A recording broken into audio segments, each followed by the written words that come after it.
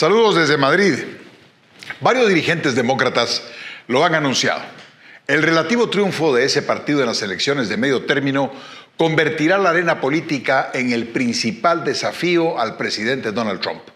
Sin embargo, la victoria de los demócratas al retomar la mayoría en el Congreso no fue tan contundente como se esperaba y en el Senado los republicanos se fortalecieron. Las decisiones del polémico presidente norteamericano en sus 2 primeros años de gobierno convirtieron estas recientes elecciones de medio término en una especie de referéndum de aprobación o desaprobación para sus opositores y seguidores. Suponen esos resultados una suerte de definición del rumbo de la política global, ya que de la definición del Congreso y el Senado norteamericanos depende el tono de la disputa entre las dos grandes facciones en esa nación. Definido el panorama, es decir, con la victoria de los demócratas en el Congreso y de los republicanos en el Senado, es fácil prevenir lo que espera a Trump y a la clase política global para los 2 siguientes años, de los cuales dependerá la decisión del mandatario para aspirar a la reelección como lo han hecho otros presidentes de los Estados Unidos. Es un hecho que el gobierno del magnate norteamericano ha tenido intensos matices durante los primeros 2 años de gestión. La economía y el desempleo se han comportado de tal manera que las condiciones de vida en Estados Unidos han mejorado notablemente para el votante. La política exterior ha dado sus frutos en campos tan difíciles como las negociaciones para el desarme nuclear de Corea del Norte, el aislamiento de la renegociación comercial bilateral con China, las sanciones a Irán y la dura posición de política antimigrantes en la frontera sur del país. En todos esos escenarios, Trump ha marcado el rumbo y ha ganado de alguna manera en todas las opciones. De eso no hay duda. Sin embargo, con el triunfo demócrata en la Cámara Baja, ya se prevé el inicio de convulsiones durante el 2019. Lo dijo la lideresa demócrata Nancy Pelosi pocas horas después del triunfo de su partido en la elección del Congreso. Llegó la hora de hacerle resistencia al presidente y obligarlo a devolver el poder al pueblo, aseguró.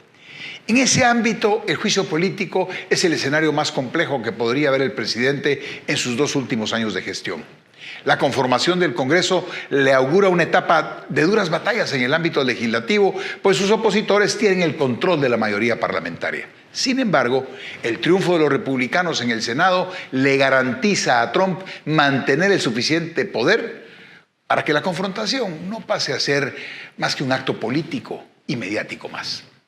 Los datos importantes que nos arrojan estas elecciones de medio término en Estados Unidos, entre otras que encontré, están, por ejemplo, que estas elecciones intermedias resultaron ser las más caras en su tipo en toda la historia norteamericana. Se invirtieron algo así como $5.000 millones. Se produjo el mayor voto anticipado. 34.5 millones de norteamericanos ejercieron el sufragio antes del día de elecciones, 50% más que en el lejano 2014. Hay mayor número de mujeres en el Congreso. Fueron electas las 2 primeras mujeres musulmanas en el Congreso, Ilhan Omar por Minnesota y Rashida Tlaib por Michigan, por cierto, un estado conservador. Fue electo en Colorado Jared Polis, el primer gobernador abiertamente homosexual del país, además de ser un activo de izquierda liberal en los Estados Unidos. Con solo 29 años, Alexandra Ocasio-Cortez se convirtió en la mujer más joven en ser electa al Congreso. Y entre los temas que llaman la atención durante estas elecciones quedaron claramente identificados. 1, que la caravana del migrante sirvió de acicate para que los partidarios de Trump salieran a votar. 2, que este no fue un tema para los demócratas, que se concentraron en temas de seguridad social. 3, que Ted Cruz, el emblemático republicano de Texas, se mantuvo en el Senado derrotando a Beto O'Rourke, posible candidato demócrata presidencial en el 2020, pero quien obtuvo un sorprendente 63% de los votos latinos en Texas, que tradicionalmente ha sido feudo republicano. Los estados conservadores que han sido afectados por los aranceles de Trump votaron demócrata. El estado de la Florida votó republicano para su gobernador, pero fue un resultado muy cerrado que aún está inseguro por un probable recuento de votos. Un 35% de los hombres latinos votaron por el Partido Republicano. Y entonces, ¿qué podemos esperar a partir de ahora? Pues sin duda preveo la polarización política más profunda en los últimos 150 años en los Estados Unidos. se debe entender claramente, al menos a mí me queda claro, que el presidente Trump no perdió del todo en esta elección. No será fácil que pierda en el 2020, aunque no es imposible. Dependerá mucho de si los demócratas presentan a alguien verdaderamente atractivo para un electorado muy polarizado. Se visualiza, pues, una temporada compleja para el presidente norteamericano. Nada que le provoque un traspiés político insuperable. Mas es indudable que esta elección abrió la batalla por la reelección y tendrá por objetivo para los dos partidos el salir en busca de cómo controlar el poder del indómito presidente.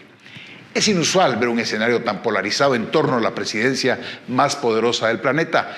Con una agenda tan compleja, no es ciencia espacial contemplar un bienio agitado para Trump, para Estados Unidos y para el resto del mundo. Hasta la próxima.